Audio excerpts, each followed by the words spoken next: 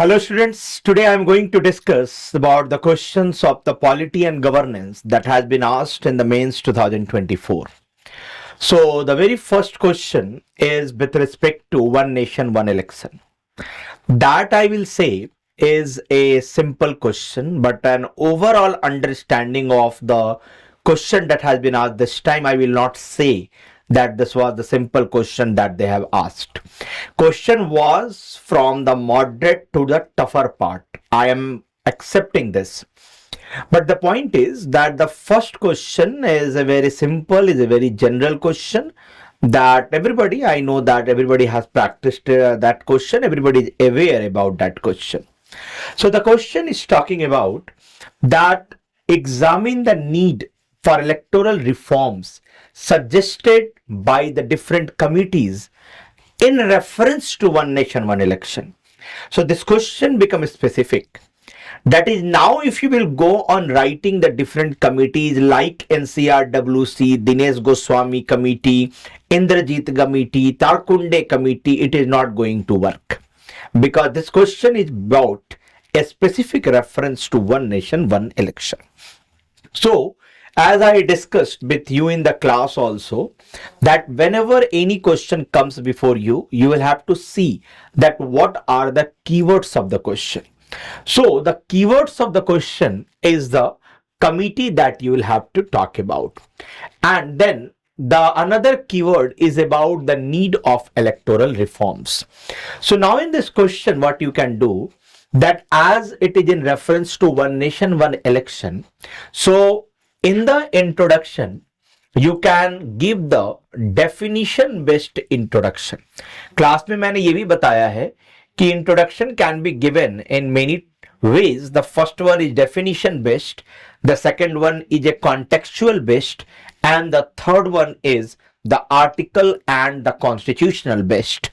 So जैसे मैंने बताया तीन टाइप का, so anything you can adopt, that is either the contextual or the definition based or the constitutional based introduction. In this question, I will say better to start from definition, because if you will start your answer from the contextual way of introducing, then what you will do, that you will mention the recent high level committee that has been constituted under the former President Ramnath Kovind, and they have submitted their report.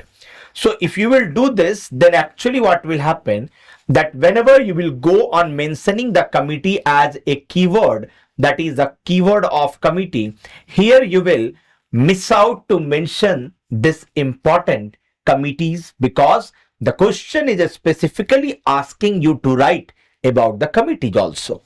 That's why I will say that definition based will work better in this question. And you can say that what do you mean by one nation, one election?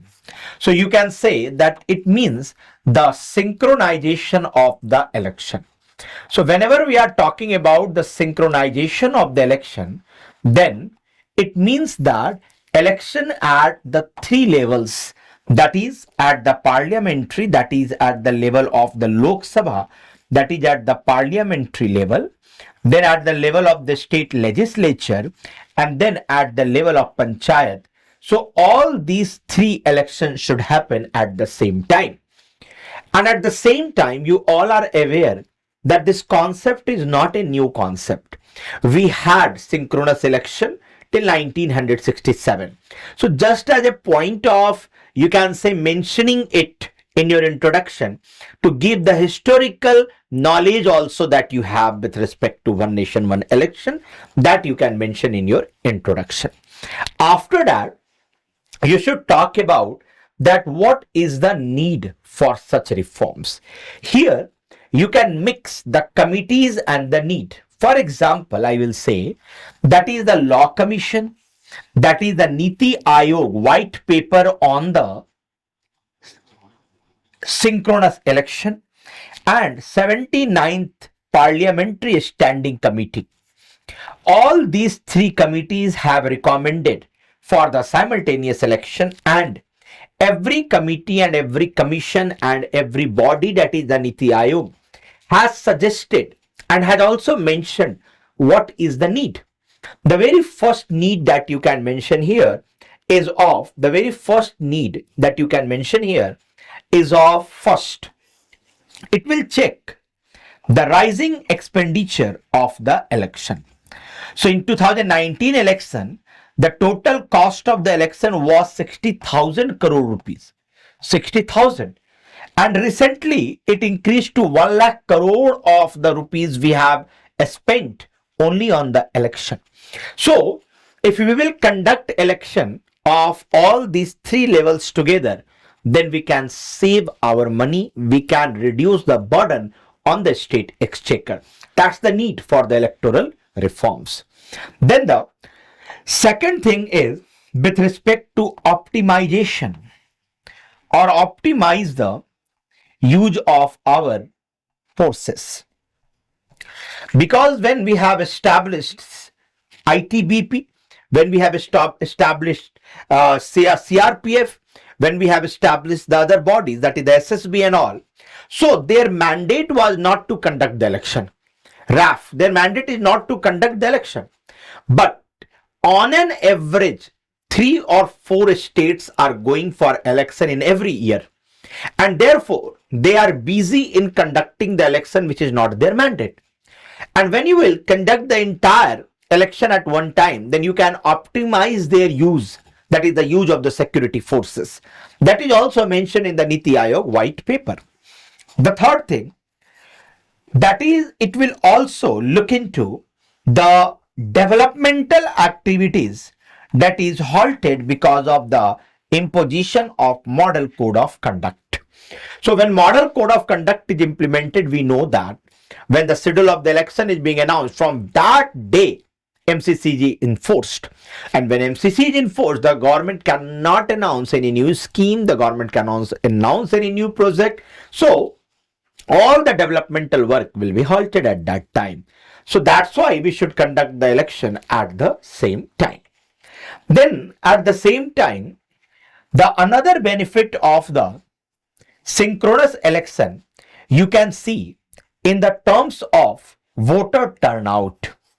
So majority of the people from the rural areas are living in the urban area because of the wave of migration, and therefore they cannot go back to their place again and again for voting.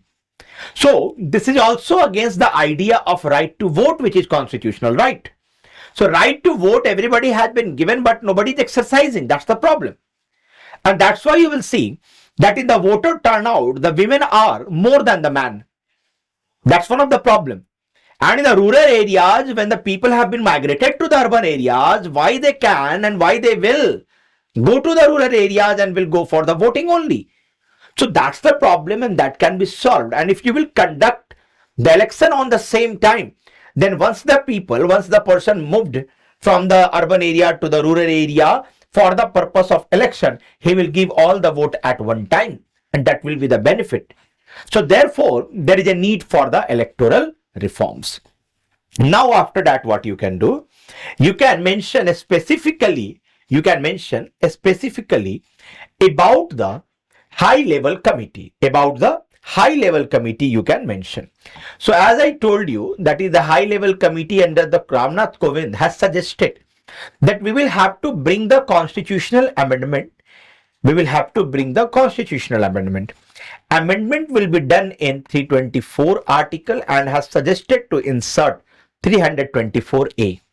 And by inserting 324A, we can synchronize the election of a state legislative assembly and the parliament. And then after 100 days, we can include the election of all the panchayats and municipalities also. This is the suggestion. Then another thing, that we will have to make an amendment in Article 83 and 172 that deals with the tenure of the Legislative Assembly. Then we will have to bring the constitutional amendment, that is 325 also. Because now we will have to have the electoral roll, that is the uniform electoral roll for both parliamentary election and the state legislative assembly election. So in the need for the reforms, you are giving one committee, and after that you are elaborating a little bit of what has been suggested. It is because that cabinet has given its approval Now the cabinet has given its approval for the conduct of the election. After writing all this, you will have to conclude your answer. And whenever we are talking about the conclusion, then conclude me what you can do. That is, you can mention that the one nation, one election is a laudable step. You don't need to go against that. But it is very important that the voters should be aware. It is very important that we can look into the logistic challenges that we are going to face.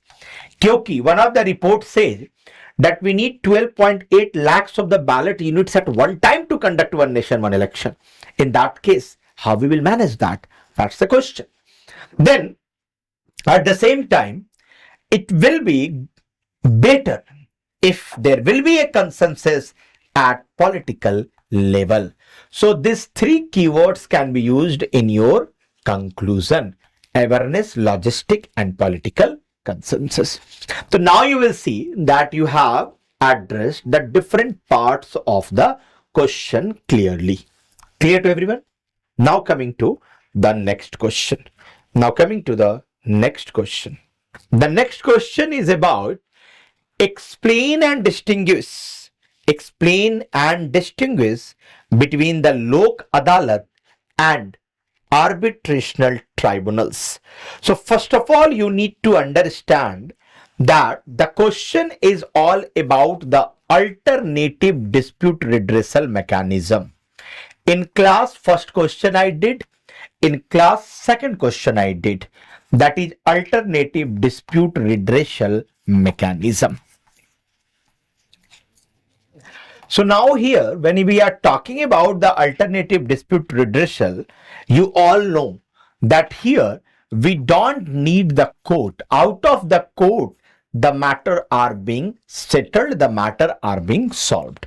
So in the introduction, you can say that both the Lok Adalats and the arbitrational tribunals are the part of alternative dispute redressal mechanism, which is based on the idea of settlement outside the court. Whenever I am talking about settlement outside the court, it means that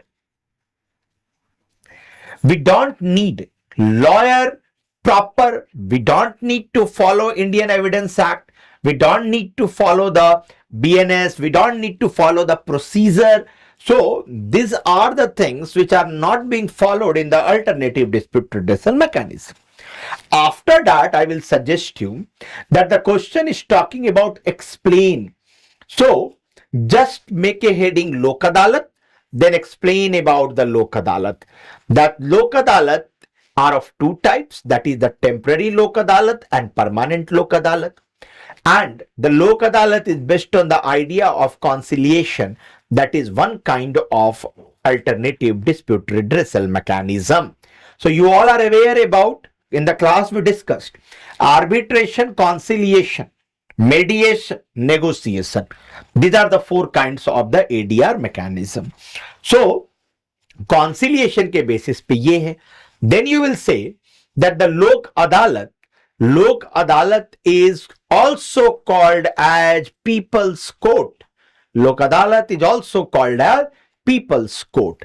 ये बात कह दो तुम. उसके बाद एक heading बनाओ और लिखो arbitrational tribunals. So now here, whenever we are talking about arbitrational tribunal, just write it down. What do you understand by arbitration? It simply means that A and B are two parties which is at dispute. Then the C is a arbitrational tribunal. That is, they have made a formal agreement before the dispute that whenever there will be a dispute in the future, they will not go to the court, they will go to the arbitrational tribunal. So this is the thing that you are explaining, but you have not made a distinguish between them. You have not made a distinction between them. So now we will see that how we can make a distinction. For the distinction, what you can do, I will advise you to have the tabular form. Then you can say, or you can have three columns. You can write it down here. That is element. Then you will write it down Lok Adalat. Then you will write it down arbitrational tribunal. अब उसके बाद element first is law. So Lok Adalat is established as per Legal Service Authority Act 1987. Arbitration is as per Arbitration and Conciliation Act 1996, which has been amended in 2019 also. After that, you will talk about the cost. So, with respect to the cost, Lok Adalat is free legal service because it is inspired by 39A of the DPSP.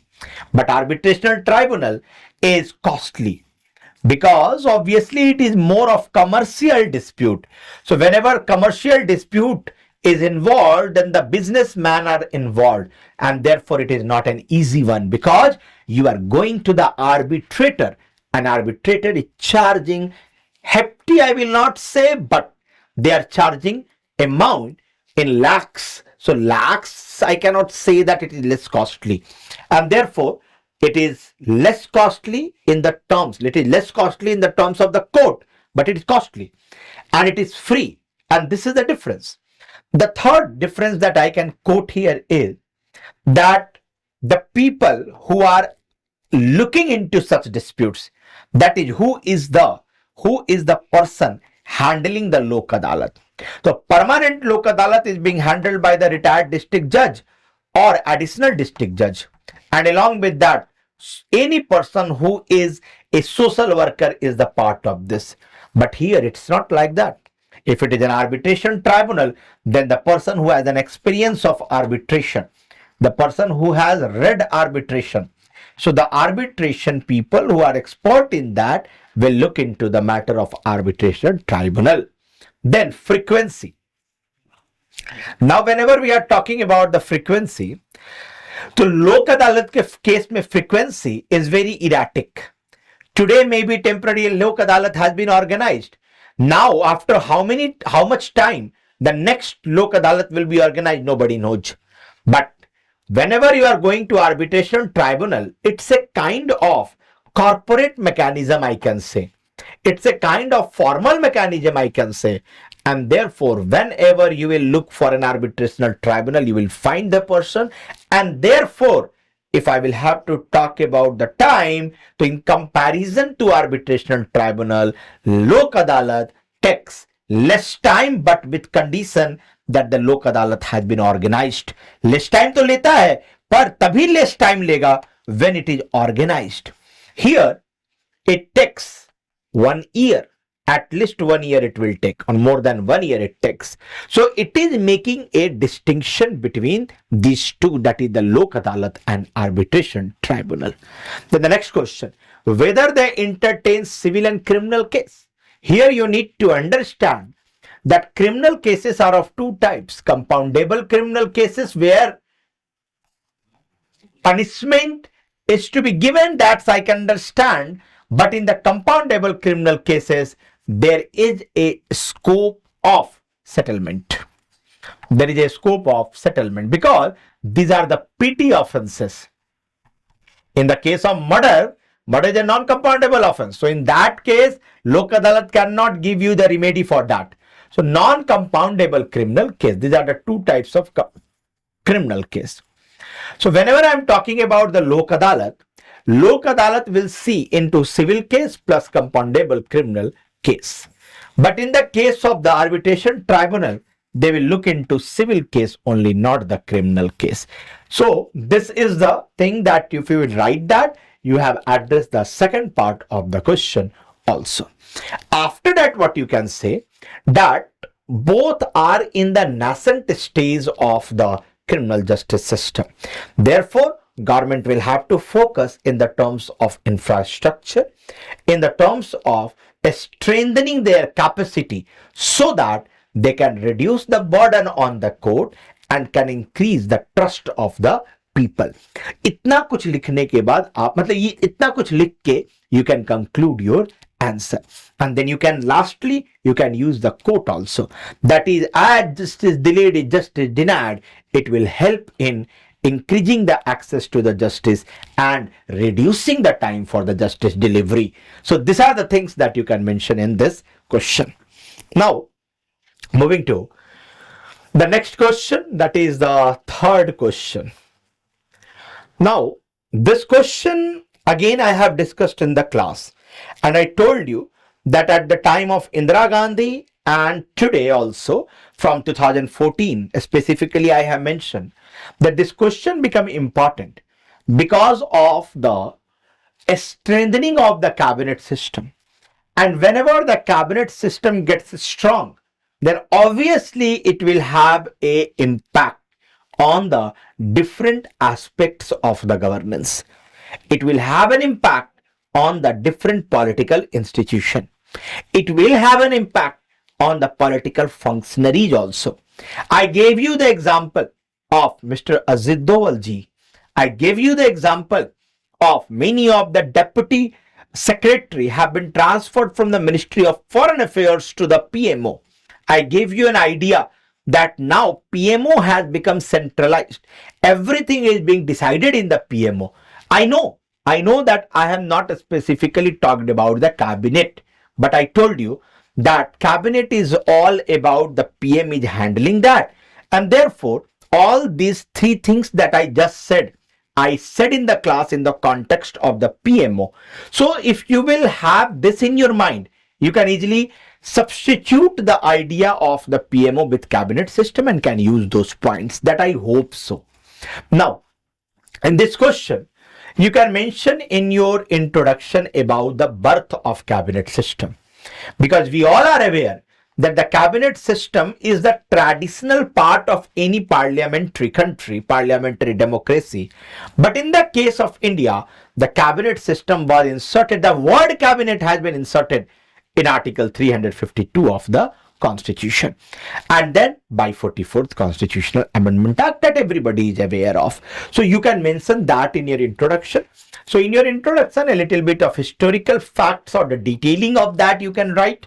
That is cabinet system, that is the word cabinet was introduced in 352, and cabinet system is basically popularizing or specifying 15 to 20 cabinet minister who are taking an important decisions. Now, the growth of the cabinet system has practically resulted in the marginalization of parliamentary supremacy. Now, in this question, you will have to write that how the cabinet system growth is impacting the supremacy of the parliament. So the first thing that you can mention here is that whenever the cabinet system gets strong, everything legislative, that is what kind of laws is to be framed, executive, that is what kind of policies are to be formulated, foreign relation, that what kind of foreign policy we need to have with a particular country, everything is being decided by the cabinet. Everything is being decided by the cabinet. And when the cabinet gets strong, it will also create a kind of bossism. That is, the cabinet minister will always think that he is the boss of all the council of ministers. Then the another problem that we can see in the case of the cabinet system is that there will be a rise of a very strong whip system. And when the whip system gets strong, then it directly impacts the freedom of speech and expression of the ministers and the member concerned.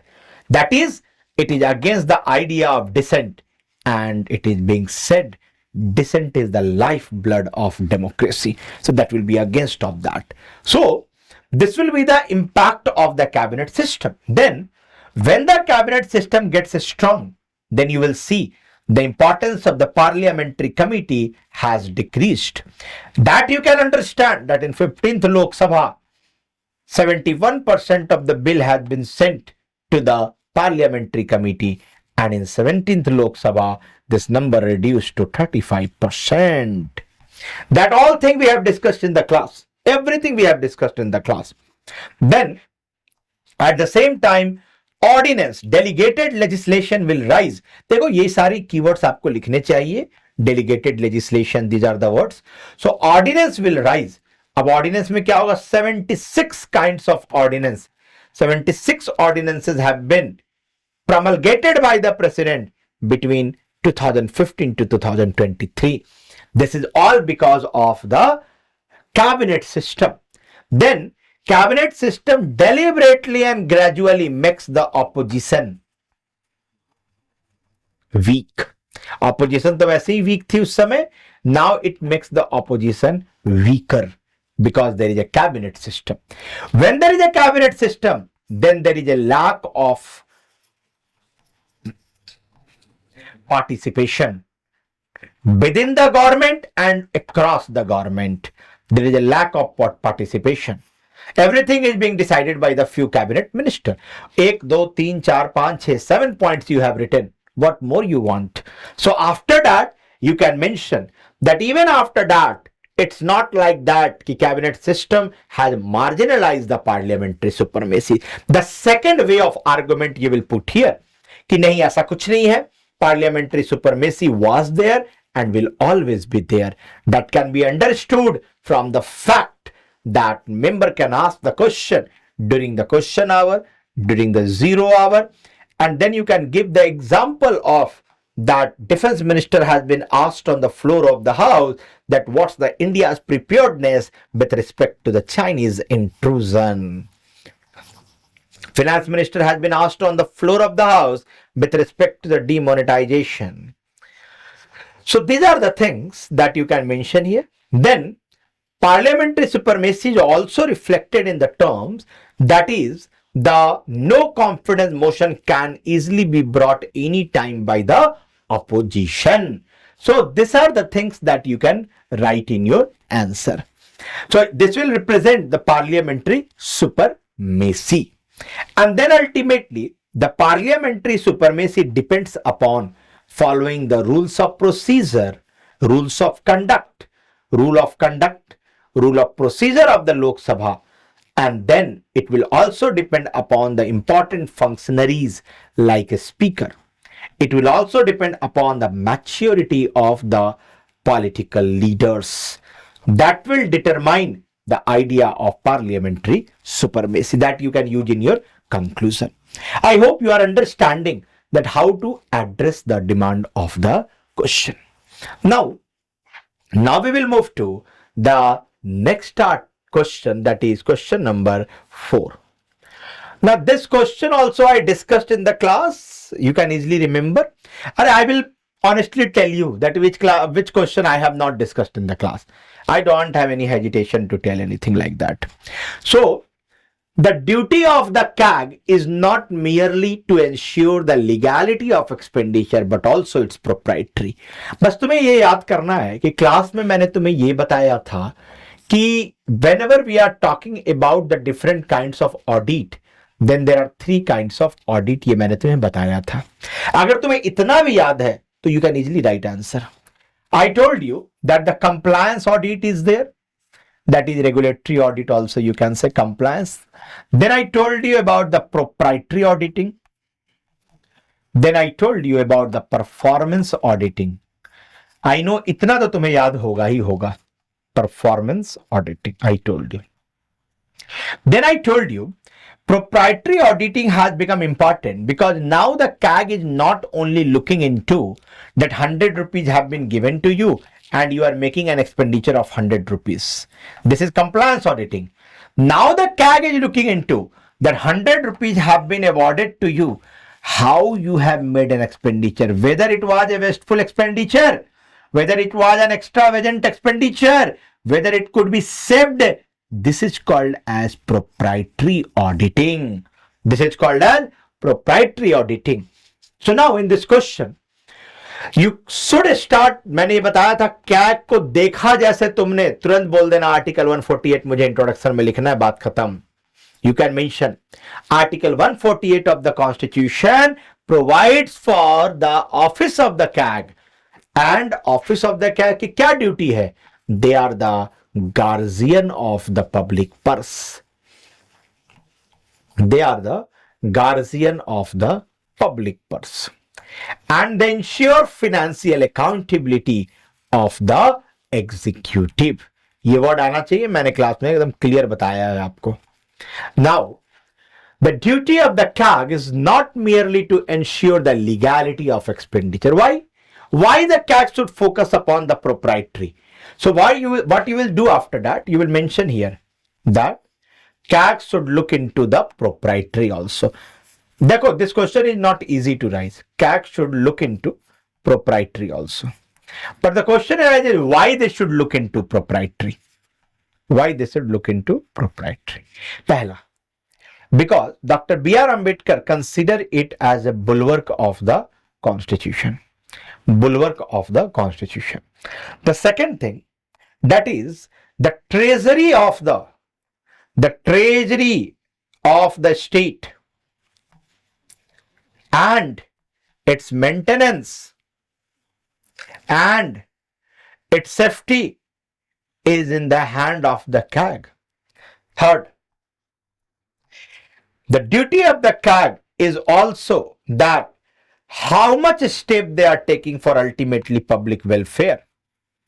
They will also have to look into that there should not be diversion of the funds or the siphoning of the funds. They will have to look into this. Siphoning of the funds, they will have to look into that. They will also have to highlight if there is any malpractice, if there is any kind of corruption. For that, they will have to do the proprietary auditing. Fifth, CAG is the only constitutional body taking the oath. And obviously, if you are taking the oath as per the third schedule, then as per the oath, it is your constitutional duty. It is your constitutional duty to look into the financial administration. To look into the financial administration. इस तरीके से point बनाते हैं. This is a way to create the points. अब देखो, इसमें से एक एक वर्ड मैंने क्लास में बताया है. ऐसा, हाँ, आई एम एडमिटिंग, मैंने ये नहीं बोला था कि द क्वेश्चन विल कम कि प्रोप्राइटरी के ऊपर, पर मैंने ये पढ़ाया था कि प्रोप्राइटरी की मतलब क्या होता है. And then I told you each and every point I have discussed in the class.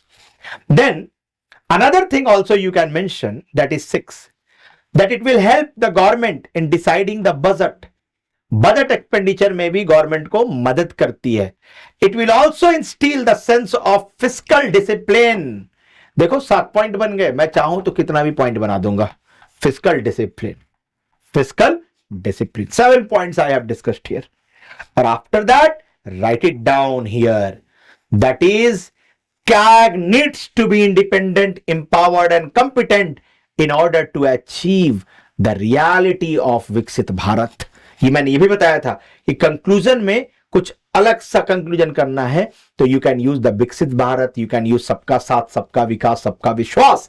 तो सबका विश्वास कब होगा? कभी नहीं होगा अगर CAG प्रोप्राइटरी ऑडिटिंग नहीं करेगी. तो when the CAG will do the proprietary auditing, सबका विश्वास भी होगा, विकास और सब कुछ होगा, पर विश्वास इज वेरी इंपॉर्टेंट. तो विश्वास के लिए CAG should do the proprietary auditing. I hope it is getting clear to you that what point I am trying to make.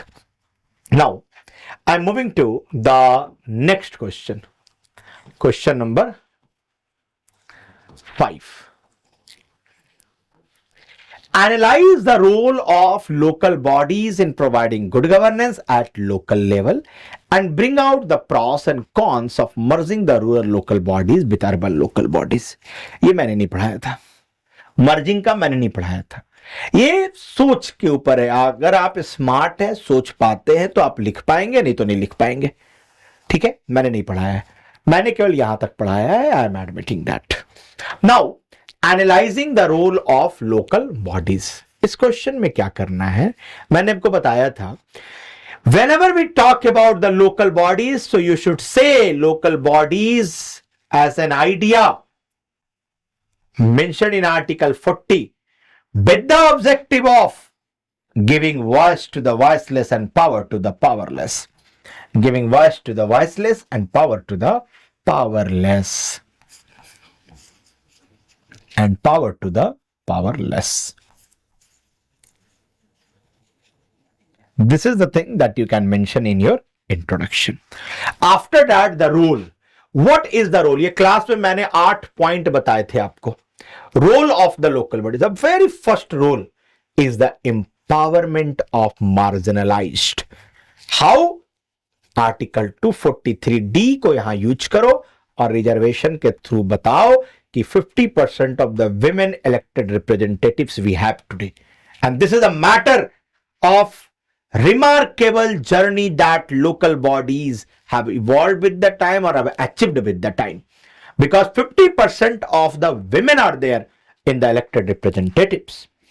Then you can say role in achieving sustainable development goal. Here I gave you the example of Satara district of Maharashtra. Satara district of Maharashtra achieved, and that is called as free plastic zone, free plastic village. Then you can also mention about the identification of beneficiaries, and whenever you will identify your beneficiaries, then only the success of a scheme you can think of. So success of a scheme depends upon the elimination of ghost beneficiaries, identification of real beneficiaries. Then you can also talk about whenever local bodies gets empowered, then the service delivery also increases.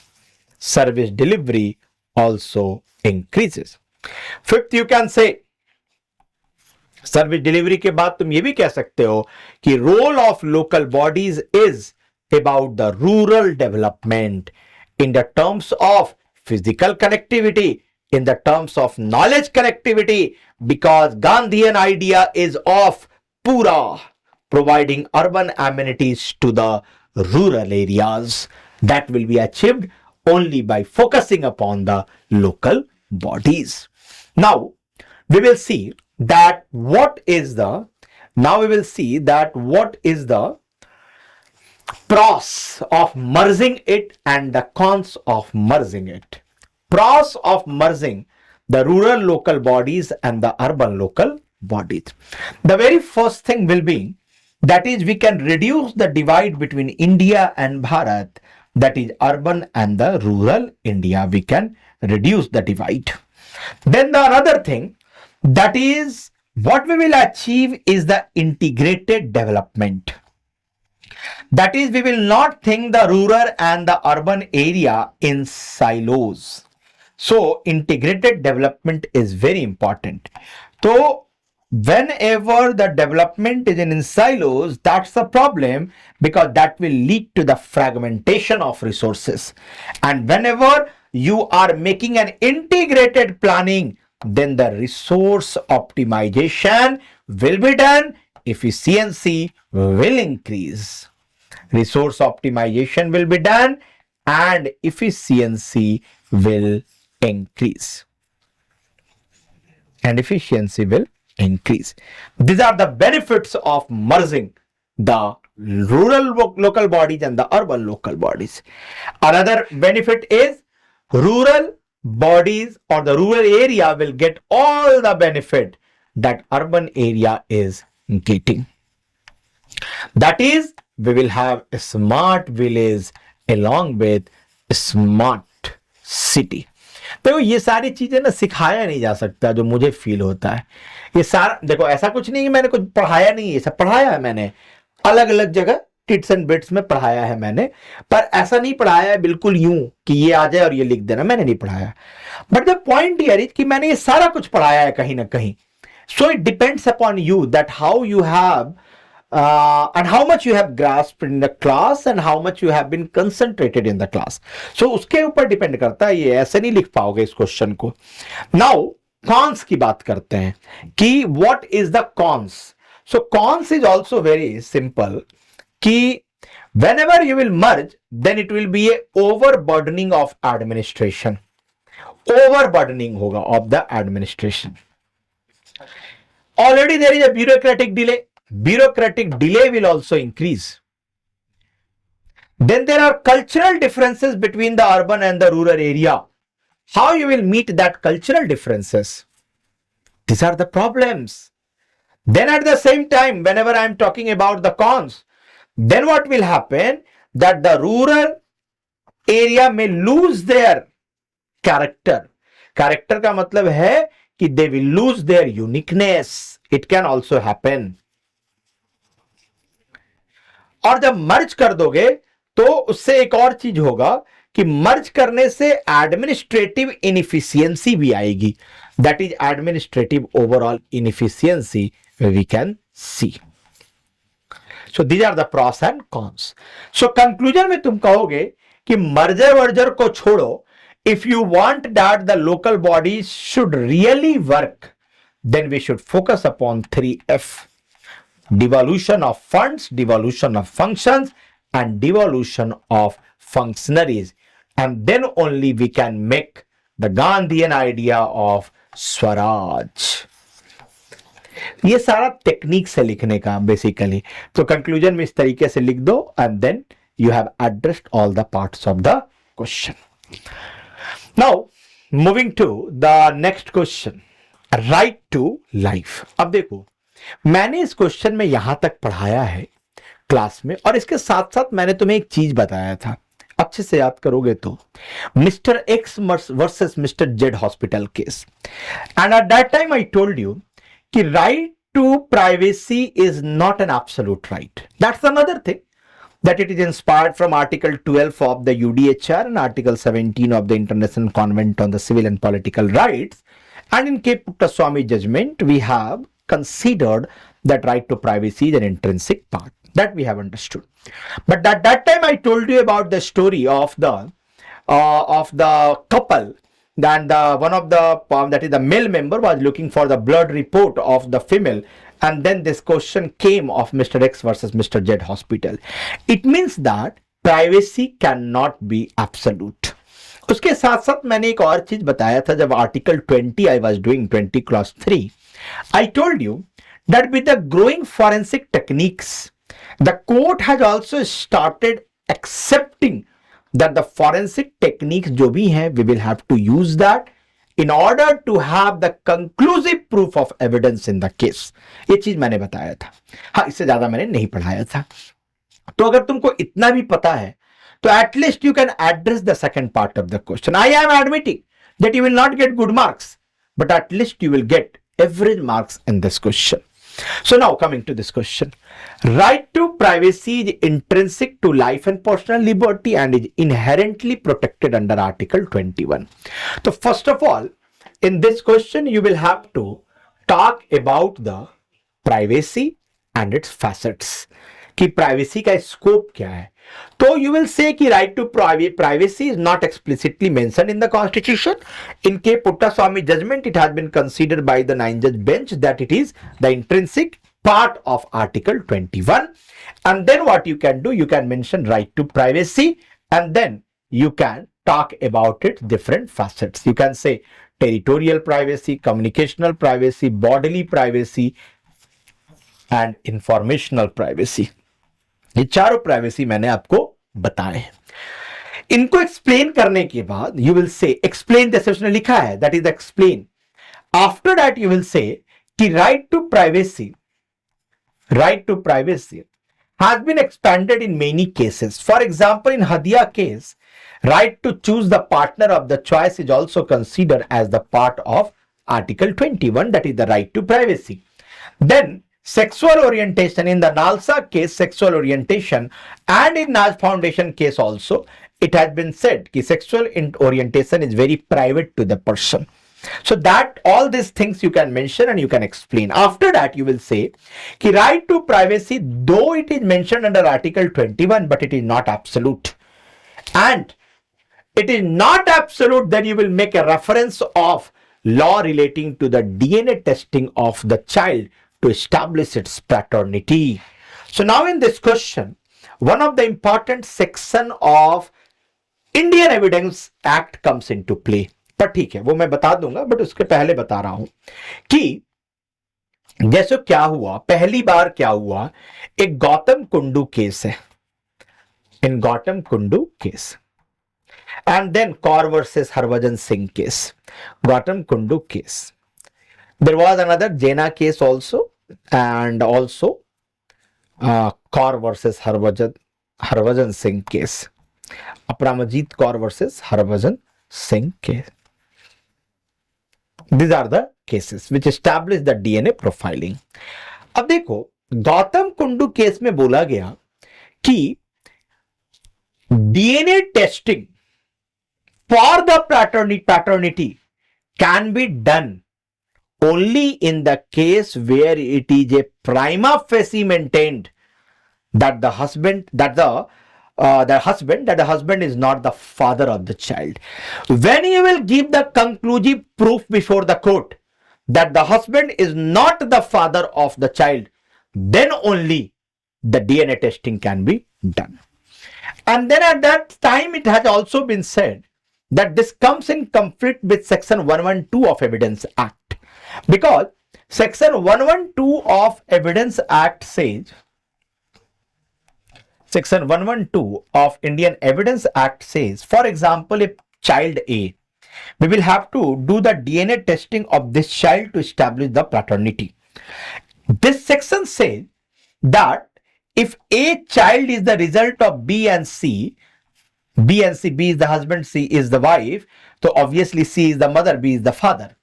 In that case, if it is a valid marriage, then we will not even see for the DNA testing, we will conclude that this is the child of B and C.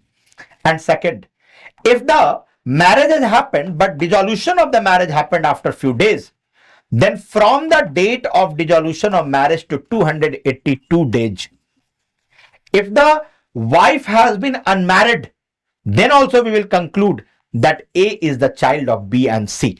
So in that case, we will not use the DNA testing, because it is a conclusive proof that A is the child of B.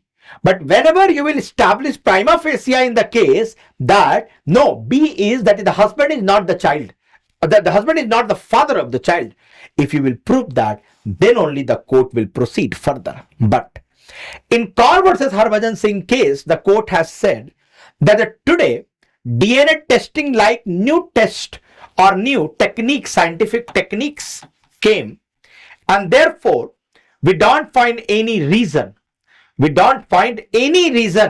to not give the chance of DNA testing to establish the paternity. So this is the thing that you will have to mention in your answer. After that, you can conclude that right to privacy and its expansion is being done by the Supreme Court and it is in evolution phase. But at the same time, it is very important to understand that the right to privacy is not absolute in its nature. So this is the thing that is required in this question. Now coming to the next question. What changes has the union government recently introduced in the domain of center-state relation? So firstly, this question is about the federalism. Firstly, this question is about the federalism. Now what you can do, you can define the federalism. You can say that what do you understand by center-state relation? Then you can say center-state relation can be understood from legislative, administrative and financial aspect. That is the fiscal federalism, administrative federalism and the legislative federalism. Now what changes? ये तो मैं direct class में पढ़ाया हूँ that what are the changes. The very first changes that you can, देखो इसमें कुछ positive changes भी लिख सकते हो तुम, कुछ negative changes भी लिख सकते हो, पर मुझे लगता है कि you should write positive. What changes has the union government recently introduced? So whenever something is being introduced, nothing is negatively introduced. Whatever is being done, that can be done negatively to impact the center-state relation. But when something is being introduced by the consensus, then we will not say it is negative in the nature. So I will say you should mention about GST, new change. You should mention about the 15th Finance Commission that has increased the devolution, that is 41%. You should mention about the plan and non-plan expenditure, the difference between them has been wiped out. Then you can talk about that the capex loan, interest on capex loan, the center has reduced. Then also you can mention about the borrowing from ODA partner, official development partner. So borrowing from a official development partner by the state has been eased by the center. These are the 5 important changes that has been introduced in the domain of the center-state relation. Now, suggest measures to be adopted to build the trust between the center state relation. So suggest measures में what you can mention कि second ARC says that our focus should be more on the use of interstate council and zonal council. Then Raza Mannar committee also suggested that financial freedom should be given to the state. That is, the state role should be increased in deciding terms of reference of the finance commission. Then also we can mention, then also measures can be mentioned, like for example, that is, we will have to focus upon that how we can strengthen the financial relation between center and state, because we have observed that Kerala borrowing power limitation by the center that has created a tussle between the Kerala and the central government. So we can ease out the procedure of borrowing by the state that can be done by the center. Then the another measure that can be taken, that before bringing any law, the consensus with the state should be there. That is, the farm law के case में we should have the consensus, then it will be easy to implement that. Then we can mention that is the Punchi Commission has suggested about the misuse of governor. That is, the president rule should be imposed only after giving last warning to them. Then after president rule should be imposed. These are the things you can mention here, and ultimately you can mention that a good and cordial relation, that is a good and cordial relation between the center and state, will bring the stability in the political system, and ultimately it will help in achieving the public welfare, and in order to achieve the idea of welfare state, which is the objective mentioned in the directive principles of state policy. इतना मतलब सब कुछ को link कर देना है. DPSP की बात कर दो तुम, कंक्लूजन में बात भले सेंटर स्टेट की, उससे क्या होता है, ultimately we the people of India we will have to achieve. तो ये इसके बाद now we will move to the next question, that is the question number, explain the reasons for the growth of public interest litigation in India. So first of all, in the introduction, you will write, what do you understand by public interest litigation? So, public interest litigation you will define here. और अगर नहीं करना है तो तुम ये कह सकते हो कि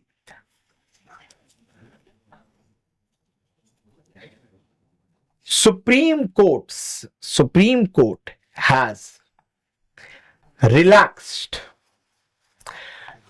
the dictum of locus standi,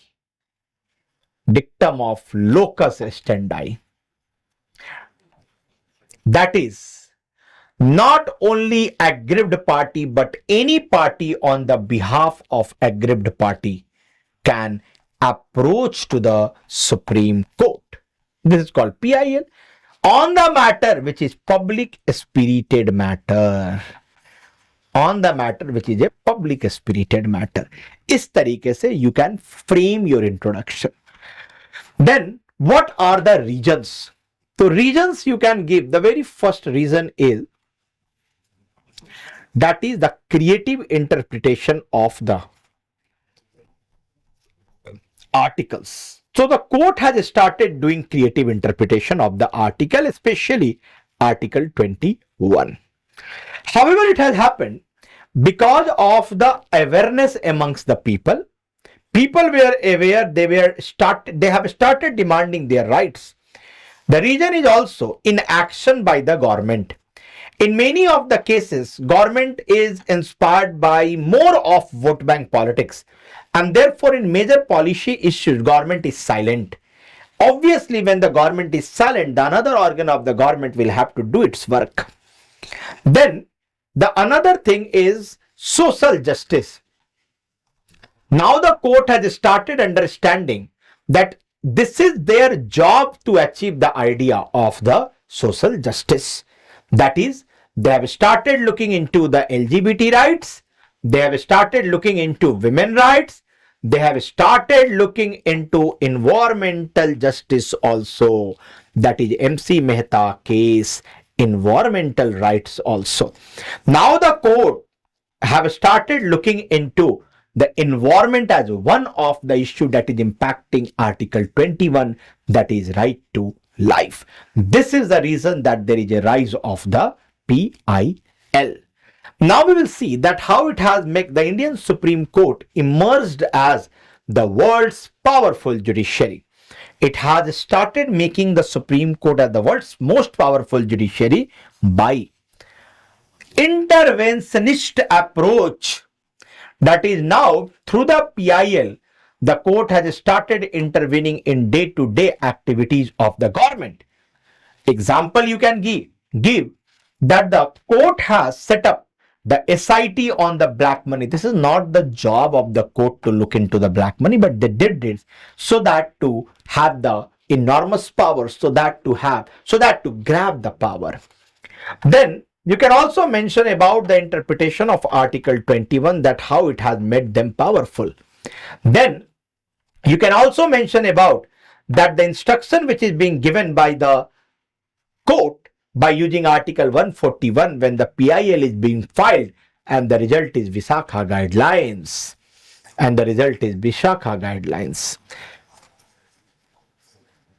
Then you can say that now because of the PIL, government has started doing judicial activism and sometimes judicial overreach also, that is increasing its power.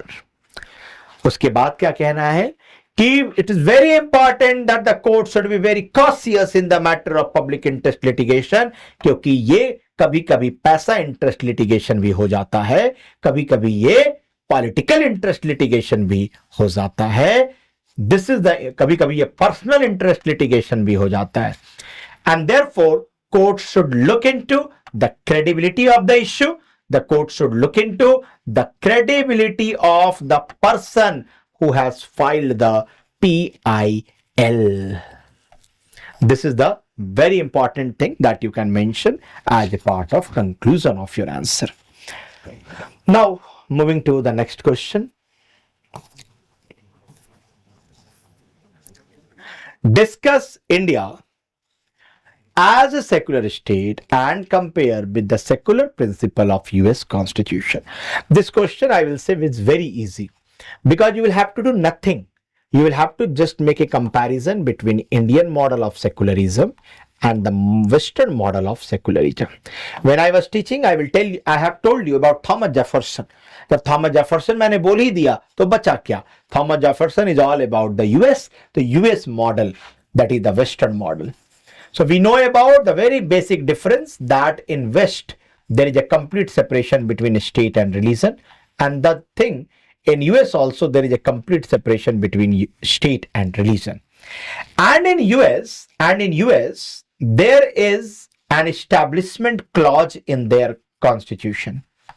Establishment clause, and it says establishment clause is providing double security, and it says that government cannot protect the religion, that is government cannot impose the religion, and religion cannot guide the government. This is the thing, that is the establishment clause which is mentioned there in the US Constitution. Now when you know about this, then you also know that the US is more about the Christianity, but in the case of India it is not only about the religion. We see the matter of secularism from the idea of within the religion also. That's why मैं class में बोला था कि हमारे यहाँ inter religious domination को भी check करते हैं एंड इंट्रा रिलीजियस डोमिनेशन को भी हम चेक करते हैं. Inter religious and intra religious domination दोनों को चेक करना पड़ता है. और हमारे यहां स्टेट सपोर्टेड रिफॉर्म है. State supported reform is there. Here state maintains a principle distance model, वहां पे ऐसा नहीं है. तो मॉडल हमें एक्चुअली कंपेयर करना है, that is the Indian model and the US model. So this is a very simple question I will say. Now coming to the next question. Now this is of the governance, that is the doctrine of democratic governance makes it necessary that the public perception of integrity and commitment of civil servants become absolutely positive. So first of all, in this question, define that what do you understand by democratic governance? What do you understand by democratic governance? Democratic governance is how the public institutions are working in order to uphold the democratic values. It's very simple.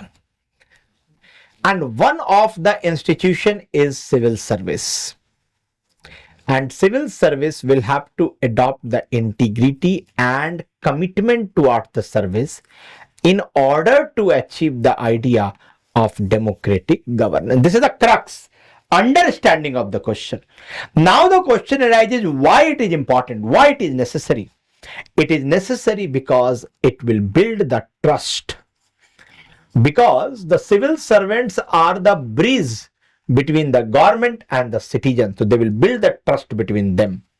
Then compliance to the law will also increase if the civil servant is maintaining integrity. It will also help in checking corruption, malpractices in the administration. It will increase the administrative efficiency because now resources will be used for which it has been sanctioned. It will also help in upholding rule of law.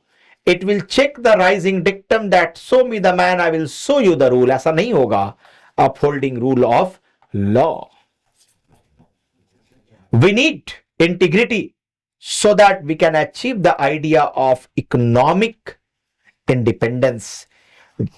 When we want to achieve 5 trillion economy, it's very important that our civil servants should be committed towards the service. तो ऐसे बहुत सारे point you can generate.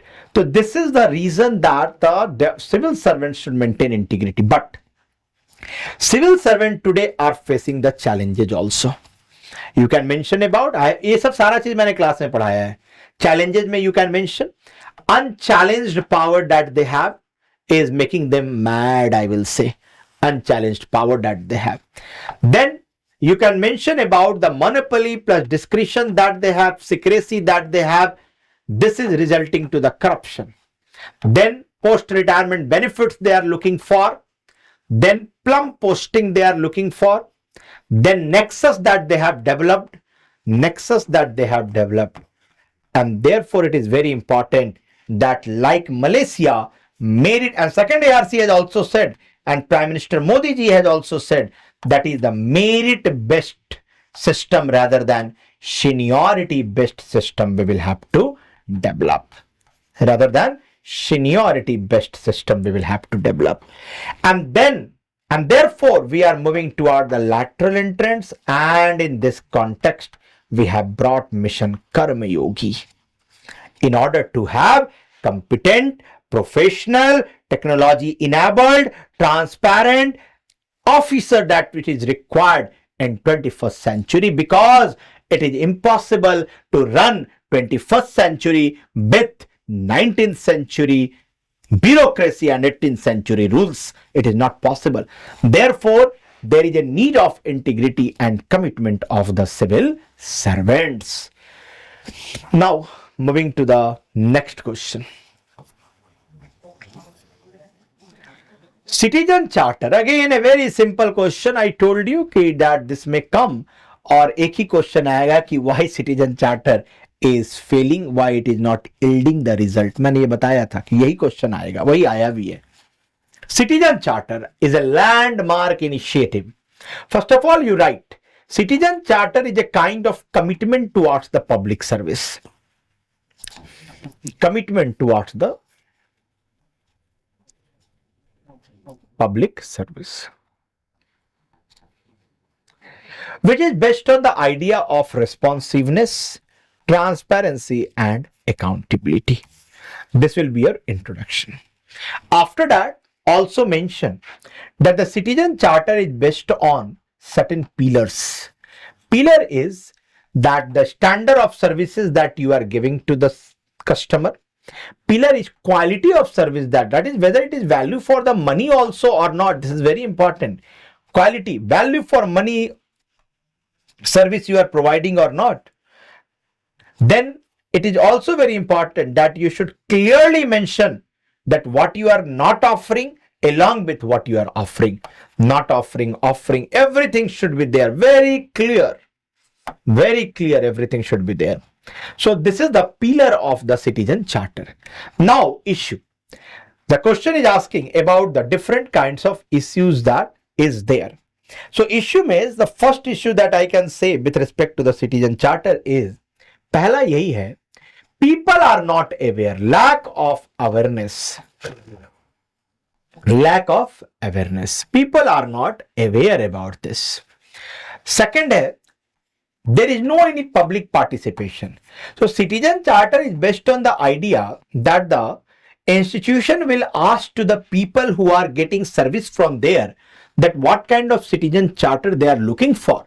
But citizen charter तो बना दिया हमने, but without पूछे लोगों से पूछा नहीं हमने. This is the second problem. The third problem is that it is frozen in the time.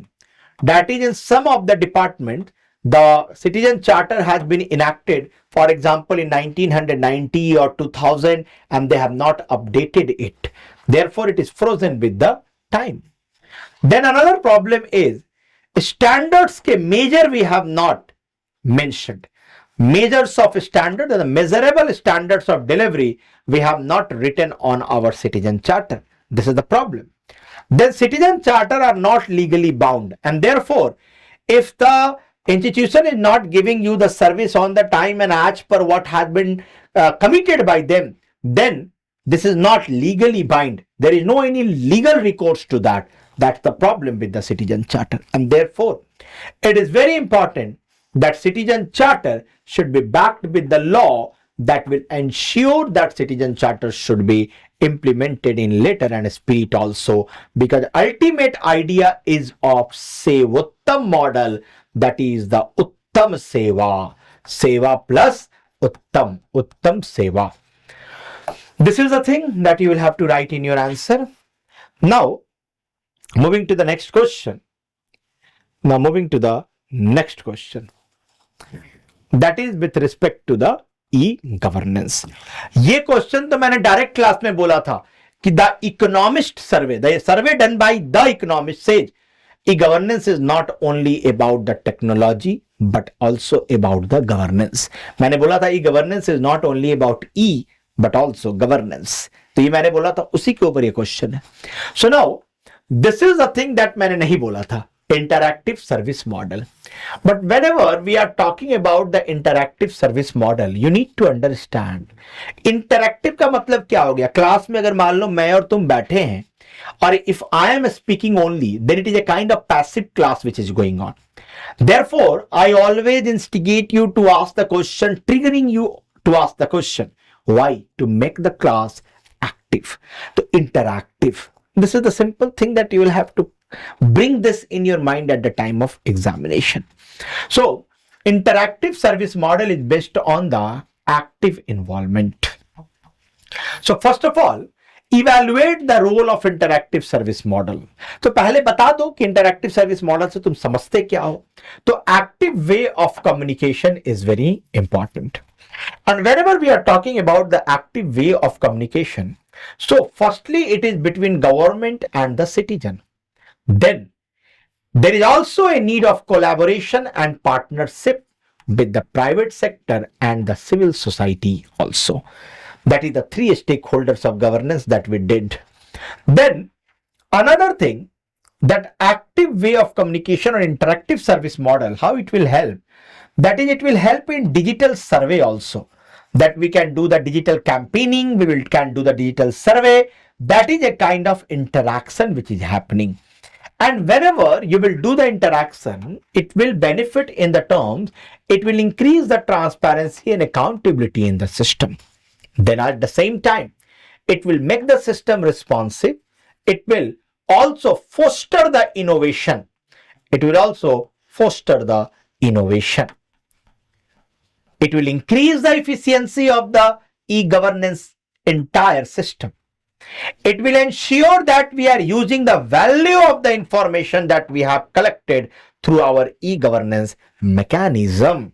Value of the information when you will get, you can use it in your health, you can use it in your education, you can use it in your skill development programs. This will be the advantage of the e-governance. And therefore, e-governance entire project should be monitored and evaluated as the big projects like the road projects is being done by the government, because ultimate idea of the e-governance is to make the life of the people easy, to increase the ease of living. यही तो है e-governance. So you can use these keywords in your answer. That ultimate idea is of ease of living by introducing a smart governance that is simple, moral, accountable, responsive, and transparent. So these are the things that is required in the answer. Now, moving to the next question. Okay, so all the question I have addressed. I feel that you can now understand that how to address the different parts of the question by mentioning examples, by mentioning articles, by understanding keywords and emphasizing on the keywords. So that's all from my side. Thank you to all of you.